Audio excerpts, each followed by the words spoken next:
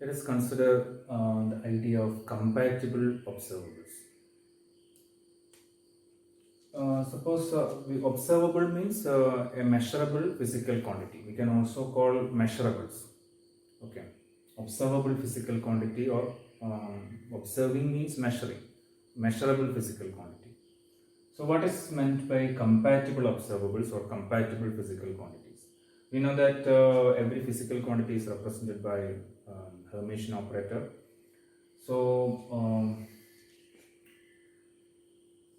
so consider two operators. When we say two observables or physical quantities, equivalently it means two operators. If two operators A and B are compatible operators, if A and B are compatible operators, or the corresponding physical quantities are compatible observables, then they commute with each other. Okay. In other words, two commuting operators are compatible operators, or two compatible operators always commute with each other. And if A and B are incompatible, that means not compatible, incompatible operators, then we can say they don't commute with each other. Commutator is non-zero. So this is the idea of compatible and incompatible operators. Let us explore their properties further. Okay, before that let us consider examples of them. Already we have studied the commutation relations between spin operators. We know that the S square operator commutes with let us say SH, okay, or Sx or Sy, okay. So we can say that S square and Sh are compatible operators, okay. And we know that two components of two spin operators do not commute with each other. This is a commutation relation. Sx equal to IH cross Sh and cyclically. So if you take any two components, let us say Sx and Sy are incompatible.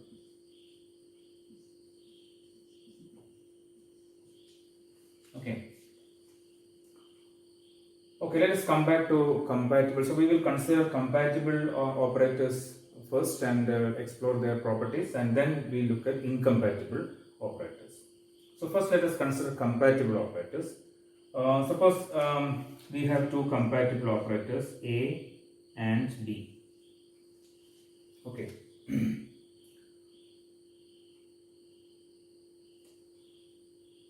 And suppose these operators act on the vector space of the system, or we try to which means that we try to measure these compatible observables in a particular state of a system. So it means that when these operators act on the vector space of the system, we can say that the space of the system, or let us say A has eigenkets ket A1, ket A2, ket A3, etc. Okay, and B has eigenkets ket B1, ket B2, ket B3, etc. These are Hermitian operators, so these eigenkets form complete set. That means the number of eigenkets is equal to dimension of the vector space. So these eigenkets of A, since they form a complete set, they can be chosen as a basis of the vector space and of the system. And this is another Hermitian operator. Its eigenkets form a complete set, so this can also be chosen as the basis of the vector space of the system.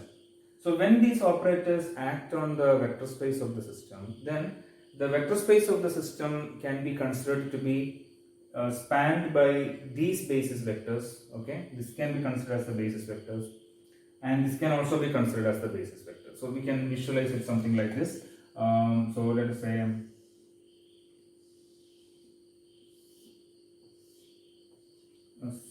okay, I am just showing only 3 basis vectors. So actually the number can be very large, even infinite.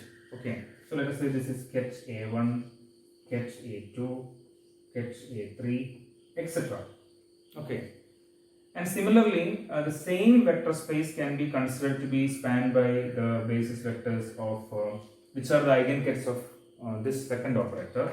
So something like this, sketch B1, sketch B2. Remember that these eigensets of a Hermitian operator are mutually orthogonal. We can also make them orthonormal. So A1, A2, A3, A4, etc. are one set of orthonormal bases for the vector space. Ket B1, Ket B2, Ket B3, Ket B4, etc. are another set of orthonormal eigensets for the same vector space. Okay, so these are basis states of the same vector space. Just like a 3-dimensional vector space, we can choose the basis vectors I, j, k. We can choose theta, phi, rho, phi, psi, etc.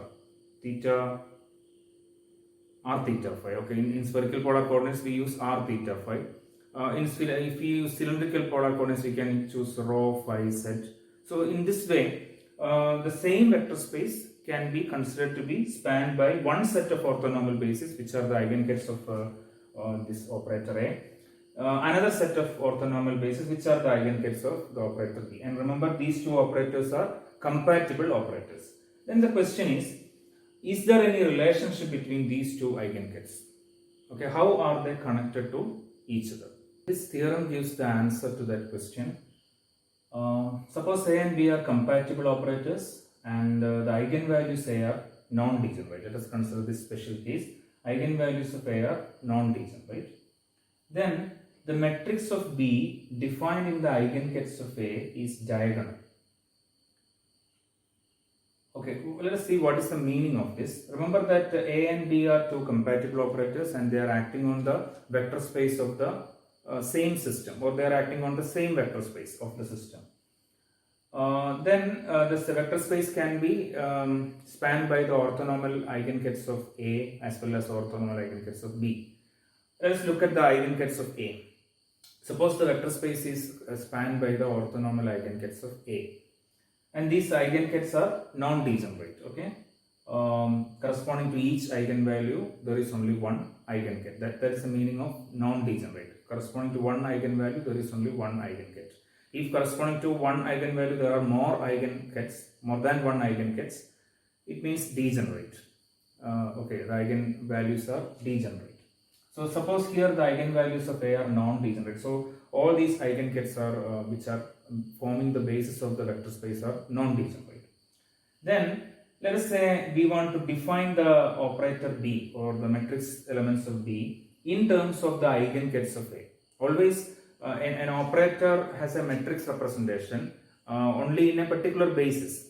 Okay, once we have an operator is there as an abstract quantity, once we choose a basis for the vector space, we can have a matrix representation of the operator in terms of that basis. Okay, so for operator A as well as for operator B, let us choose the basis as the eigensets of A. Okay, so if we try to define matrix B in the eigensets of A, then we can show that this matrix will be diagonal. Okay, so let us try to prove this, and before going to that, let us understand that this point, we know that an operator can be expressed as a matrix in terms of a particular basis. If this basis is an eigenbasis, that means if this basis vectors are eigen vectors or eigensets of this operator, then the operator will be diagonal. The matrix of the operator will be diagonal. That means if you represent the matrix of an operator in its own eigensets, that type of a basis is called eigenbasis. So we can say an operator the matrix of an operator is diagonal in its eigenbasis. Okay, this result can be easily shown. So let me put it as a note here. The matrix of an operator is diagonal. That means there will be only diagonal elements in its own eigenkets, which means that in the basis of its own eigenkets. Always matrix representation of an operator is defined in terms of a basis. If the bases are eigenkets of the same operator, then we call it eigenbasis. Okay, so in its own eigenkets or in its own eigenbasis, matrix of an operator is diagonal. It can be easily shown. See, consider the matrix element of an operator, let us say A. So my point is that this operator A, if you define, we are talking about defining matrix of operator B in the eigenkets of A. So we can ask the question, what about the matrix of A in its own eigenkets? What about the matrix of A in the eigenkets of A? The answer is that it is diagonal. It's ensured that it is diagonal.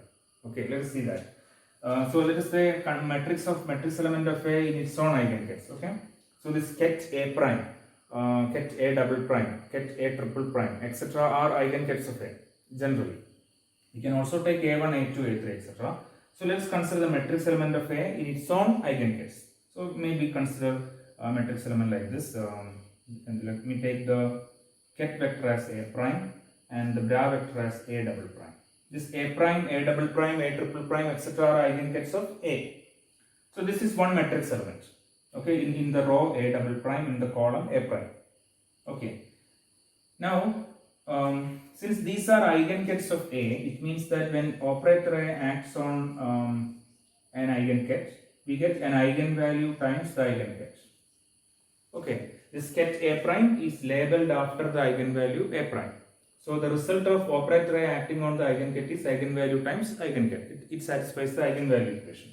So when A, let's say A is acting on the ket vector, then we get bra vector A double prime. The result is A prime ket A prime, where this A prime is the eigenvalue.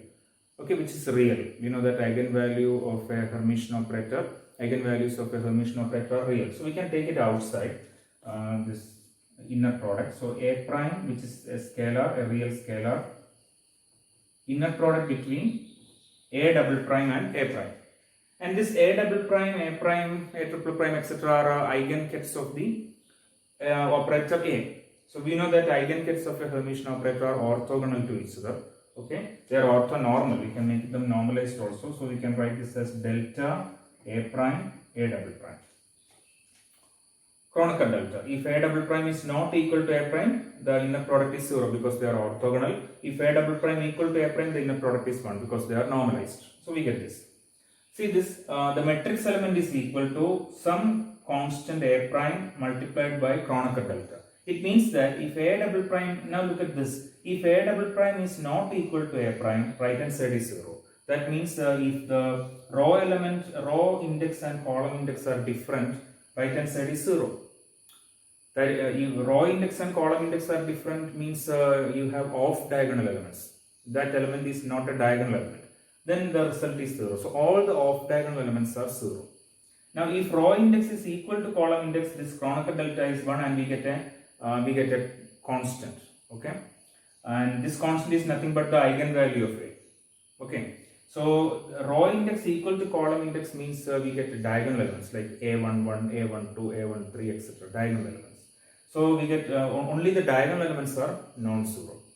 Okay, that means the matrix will be diagonal. And what will be these diagonal elements? Eigenvalues of A. Okay, so the matrix of A will look like this. A1, 0, 0, etc. 0, A2, 0, etc. etc. It will look like this. Only the diagonal elements will be non-zero. Like this. So the matrix of the operator will be diagonal in its own eigenkets or in its eigenbasis. Okay, and the diagonal elements are eigenvalue. eigenvalues of the operator. So this is ensured. That's why we are not talking about what will be the operator matrix representation of A in its own eigenvalue. It will be diagonal.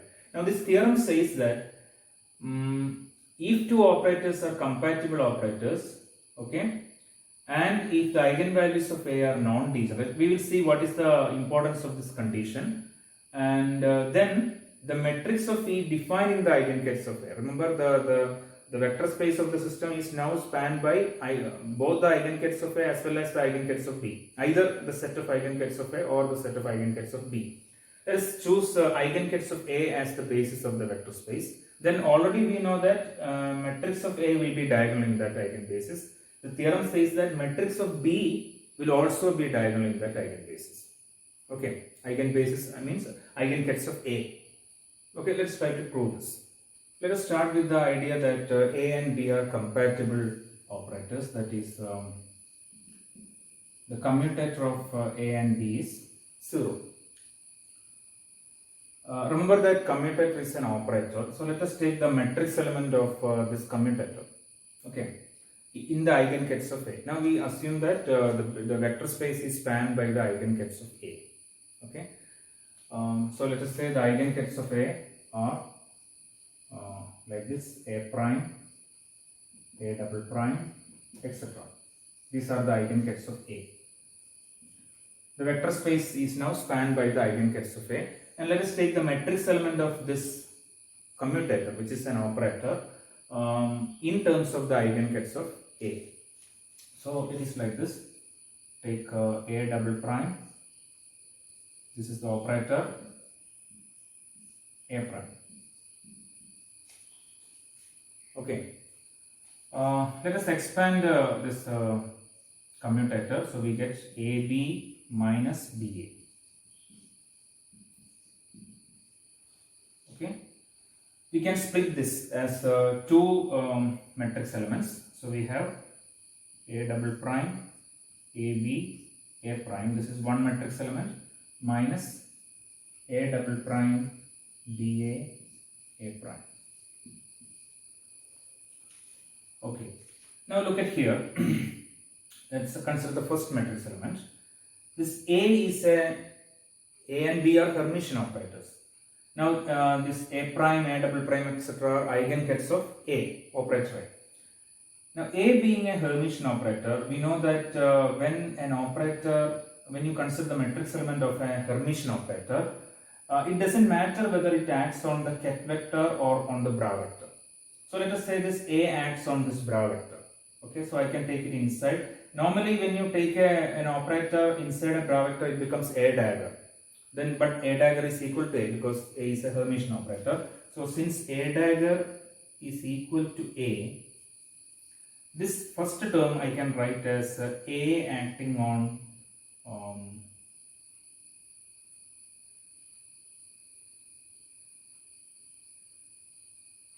or I can write from the right side. I can write it like this. This is bra vector A double prime and A. Okay, it means A is acting on the bra vector, right? So now instead of taking the A dagger, I am simply writing A because A dagger is equal to A, and B A prime. This I am keeping as the same because we don't know what is the result when B operator acts on A prime, ket A prime, because we don't know what is the relationship or how A double prime is with respect to operator B. We only know that this A prime, A double prime, etc. are eigenkets of A. So let us leave it like that. Now on this matrix element, I take this A acts on the ket vector. Okay, because I am considering, I know what happens when A acts on the A double prime, A prime, etc. because these are eigenkets of A. So I will take it to the right. So this part I am leaving like that, and this A I am taking inside the ket vector. Okay, so what we have done is, on the first matrix element I consider that A is acting on the bra vector. On the second matrix element I consider that A is acting on the ket vector. Okay, since A is a Hermitian operator, it doesn't make any difference whether it acts on the ket vector or bra vector. The matrix element or the inner product will not change. Okay, and What is the result of A acting on A double prime? A acting on A double prime, we get A double prime, A double prime. This A double prime, ket A double prime is labeled after the corresponding eigenvalue A prime. So we get that eigenvalue A prime here. And this eigenvalue A prime is real. So we can take it outside the bra vector. It doesn't make any difference. Normally if you take a scalar outside the bra vector, it will become complex conjugate, right? You have to take the adjoint. But here, since this eigenvalue is real, not this, the result of A acting on A double prime, the eigenvalue A double prime is real, I can take it outside. So the result is A double prime. This will be simply bra vector A double prime, B A prime. Okay? Minus, now here also, what is the result of A acting on ket A prime? We get A prime, eigenvalue A prime times ket A prime. And that A prime is also real. I can take it outside. So we have A prime times A double prime B A prime equal to 0. You can see that this A double prime B A prime is common in both terms. I can take it outside. So we have A double prime minus A prime times A double ket bra vector A double prime B ket vector A prime equal to 0. Okay, now look at this. This is the matrix element of B. Okay, and A double prime minus A prime. A double prime and A prime are eigenvalues of A. Let us take the condition that A double prime is not equal to A prime. Okay, now look at here. This part. This factor into this factor is equal to 0. Product of two factors equal to 0. So if this if A double prime is not equal to A prime, then that means this part is non-zero. Then naturally this part must be 0. So what you get? A double prime bra vector A double prime B ket vector A prime is equal to 0. Okay. What is this? See. A double prime not equal to A prime means we have two different eigenvalues of operator A. Then what is ket A prime? Ket A prime is the eigenket corresponding to the eigenvalue A prime. Ket A double prime is the eigenket corresponding to the eigenvalue A double prime. Okay. So if A double prime and A prime are two different eigenvalues, then these eigenkets will be different. Okay. So this eigenket will be different from this eigenket. That means if you think about this in terms of the matrix element of B, this eigenket, the bra vector side is the raw index of the matrix element. Ket vector indicates the column index of the matrix element. So raw index and column index are different. Okay. If raw index and column index are different, this represents an off-diagonal matrix element. And this off-diagonal matrix element equal to 0 means the matrix of B is diagonal. Okay, so this implies B is a diagonal matrix.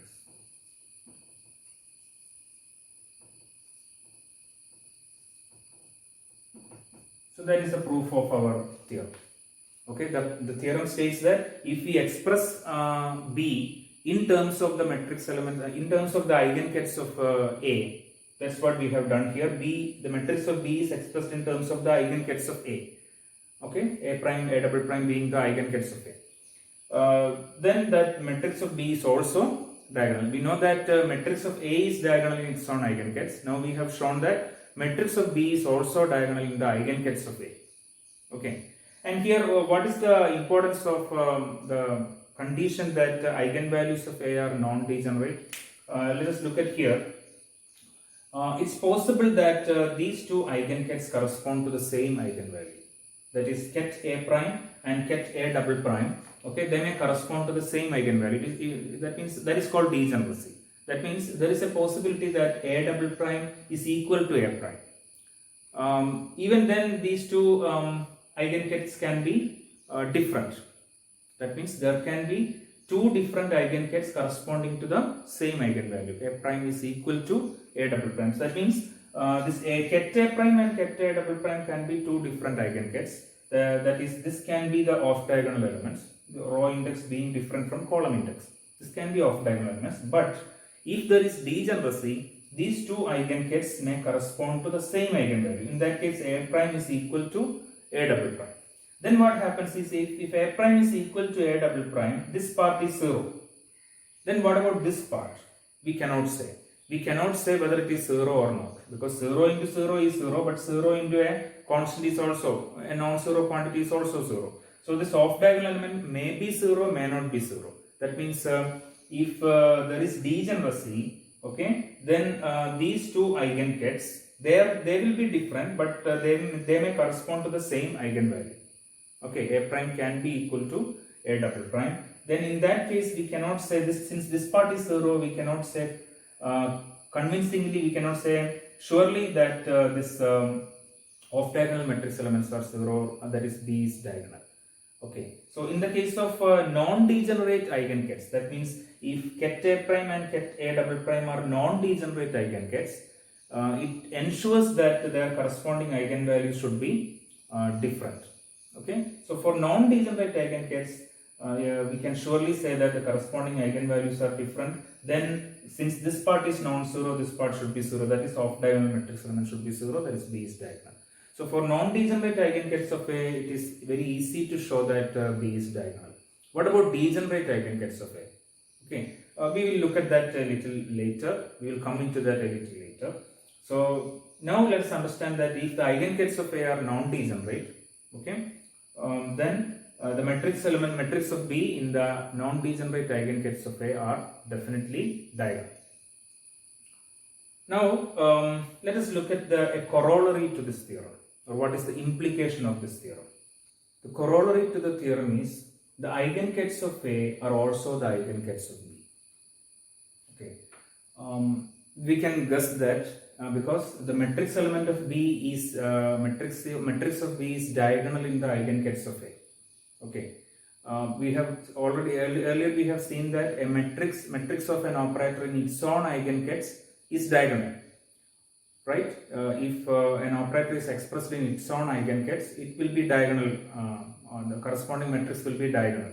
So if the matrix of B is diagonal in the eigenkets of A, naturally the eigenkets of A are also the eigenkets of B. But let us try to prove this clearly, because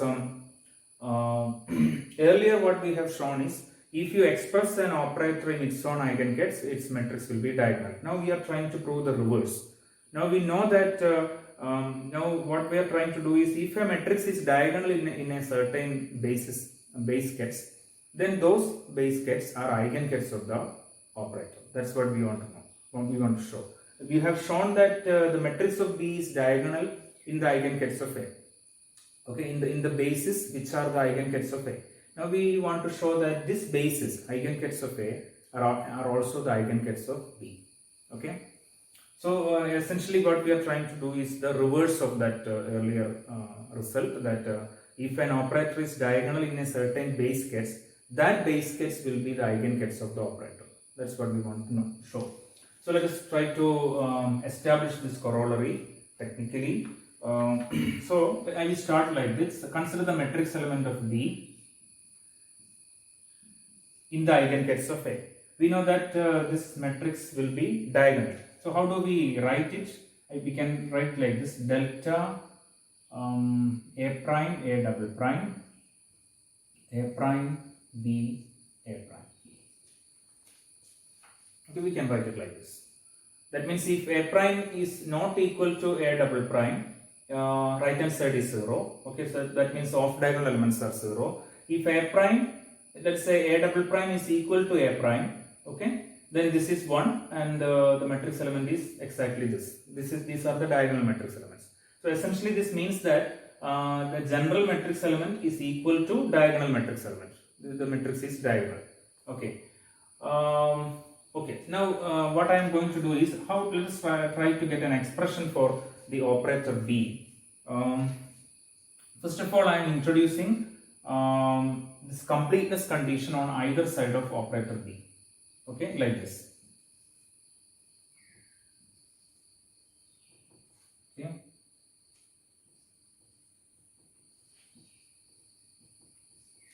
Now here sum over A double prime ket A double prime, bra vector A double prime. This must be equal to identity because the base kets are complete. Okay, the eigenkets of A are form a complete set. So this is the completeness condition of the eigenkets of A. And the same completeness condition I am also going to express in terms of another index A prime. Okay. So essentially I am introducing an identity here and an identity here. So for the left hand side identity I am expressing the completeness in terms of the index A double prime. For the identity on the right side of B I am using the index A prime. That's all. So you have B here. Okay. And on the right side ket A prime, bra vector A prime. Summation is here. Okay. The idea is clear now. Introduce an identity here, introduce an identity here. For this identity, I am introducing this completeness condition. Essentially, the completeness of the eigenkets of A, operator A. And for the identity on the right side of B, I am introducing the completeness condition in terms of another index. That's all. Okay. Now, what I am going to do is instead of this matrix element, I am substituting this because these matrix elements are essentially only diagonal matrix elements are non-zero. Okay.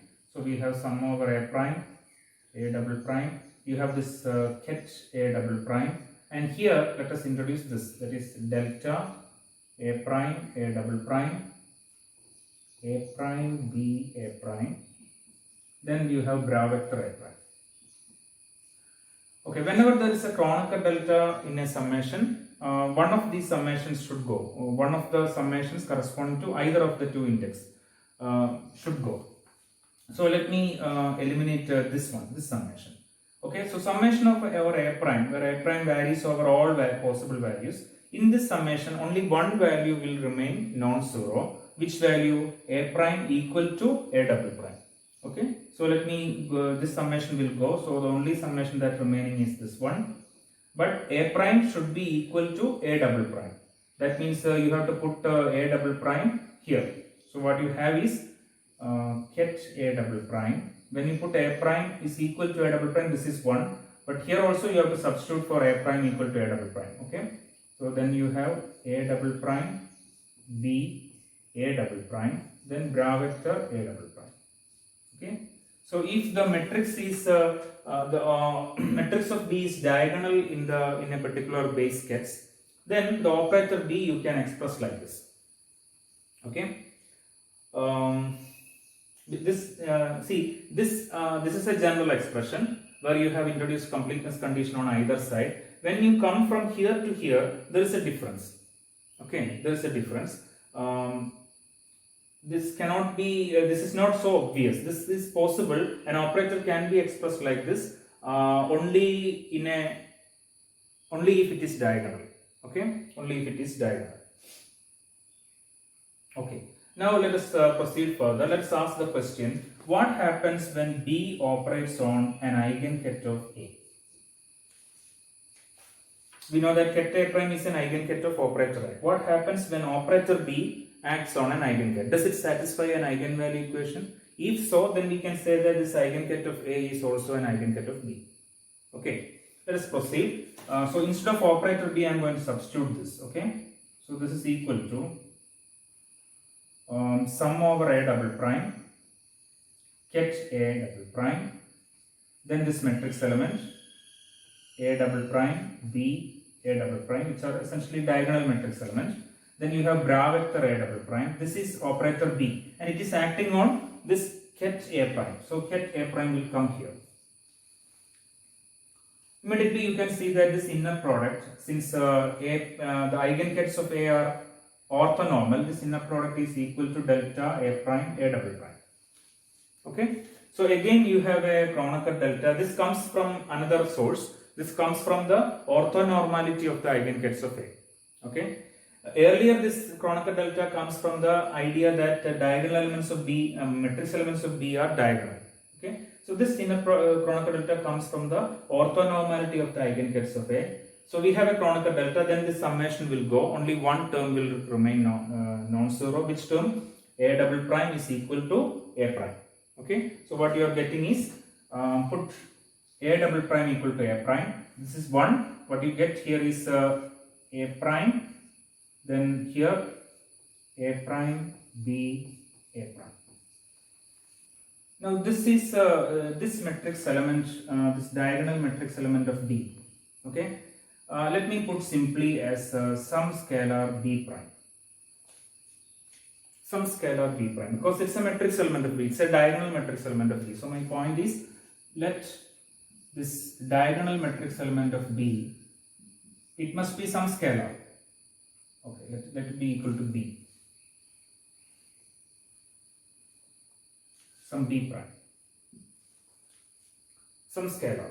Then what is the nature of this equation? Left hand side is operator B acting on ket A prime. Right hand side is ket A prime into a scalar B prime. This scalar B prime I can write anywhere. So let me write the right hand side as B prime into ket A prime. Now look at this equation. Operator B acts on an eigenket of A, ket A prime. What you get is a scalar times ket A prime. Now this is an eigenvalue equation of operator B. B prime is the eigenvalue and ket A prime is the eigenket. So this shows that ket A prime is an eigenket of B.